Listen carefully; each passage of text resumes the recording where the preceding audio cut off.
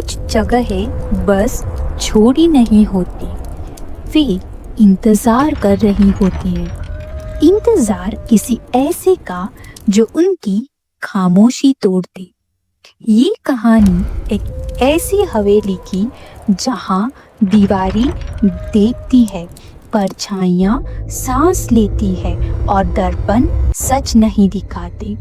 कबीर और रिया को पता नहीं था कि उस रात वे किसी इमारत में नहीं बल्कि एक जिंदा डर के अंदर कदम रख रहे हैं और वहां से बाहर हर कोई वापस नहीं आता। अंधेरा गाढ़ा हो रहा था।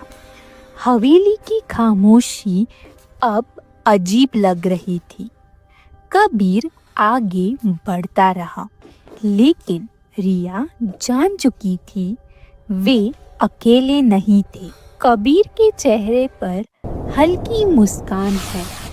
उसे लगता है कि यह बस एक पुरानी खाली इमारत है, लेकिन रिया महसूस कर रही है कुछ जगहें खाली नहीं है, वे हमें देख रही होती है। एक भारी लकड़ी का दरवाजा आधा खुला हुआ, ताले का निशान है पर ताला नहीं।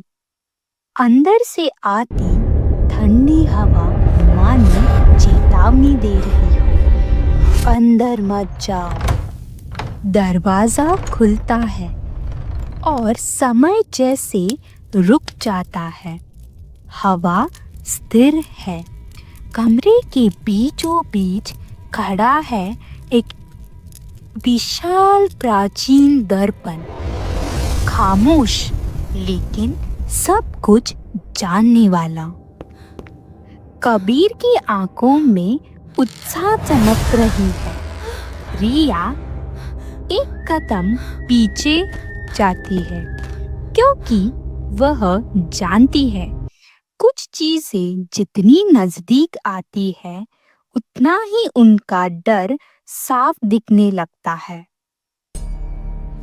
दर्पण पर जमी धूल हटती है और परछाइयाँ उभरती है, लेकिन कुछ ठीक नहीं है।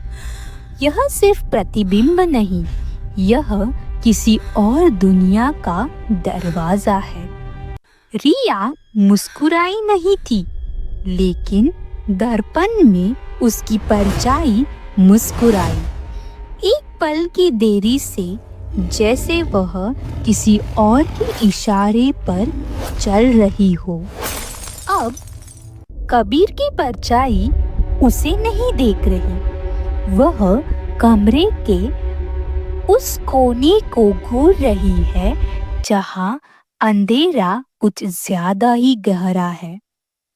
दर्पण के भीतर कबीर की परछाई धीरे से सिर हिलाती है, चेतावनी देती हुई, और तभी दर्पण पर एक नई दरार उभर आती है। रिया देखती है दर्पण में अपनी परछाई की आंखों में डर है और उसके पीछे एक लंबी धुंधली आकृति, वह बाहर आ रही है, धीरे धीरे लेकिन पूरी निश्चयता के साथ। कबीर पीछे मुड़ता है, लेकिन वहाँ कुछ नहीं है। सच हमेशा सामने नहीं होता, कभी कभी वह सिर्फ दर्पण में दिखता है।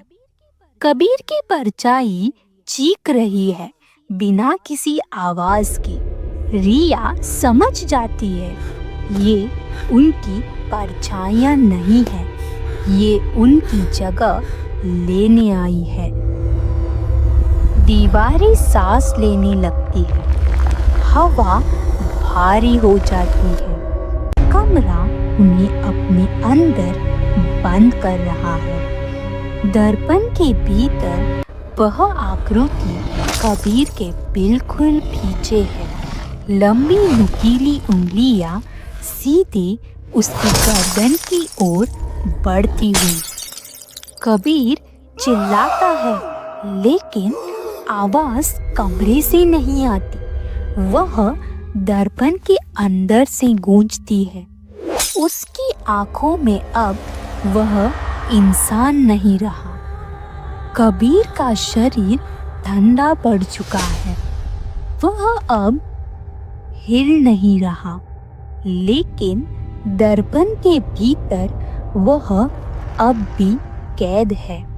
रिया की परछाई हाथ बढ़ाती है, आंखों में अजीब लाल चमक, मानो कह रही हो, अब तुम्हारी बारी है। रिया भागना चाहती है, लेकिन उसके पैर जमीन से चिपक जाते हैं। दर्पण से एक फुसफुसाहट आती है। एक अदृश्य शक्ति उसे दर्पण की ओर खींच रही है। आखिरी बार वह अपनी परछाई को देखती है, जो मुस्कुरा रही है। कमरे में पूरी ओर सन्नाटा है। दर्पण वही खड़ा है। उसके भीतर दो परछाइयां, कबीर और रिया। दोनों के चेहरे पर एक ही भयानक मुस्कान और दर्पण पर एक नई दरार, अगले शिकार की प्रतीक्षा में। ये कहानी आपको अच्छी लगी हो तो हमें सब्सक्राइब करें। अगर आपके पास ऐसी ही कोई कहानी हो तो हमें कमेंट बॉक्स में ज़रूर भेजें। हम कोशिश करेंगे अगली एनिमेटेड स्टोरी आपकी होगी।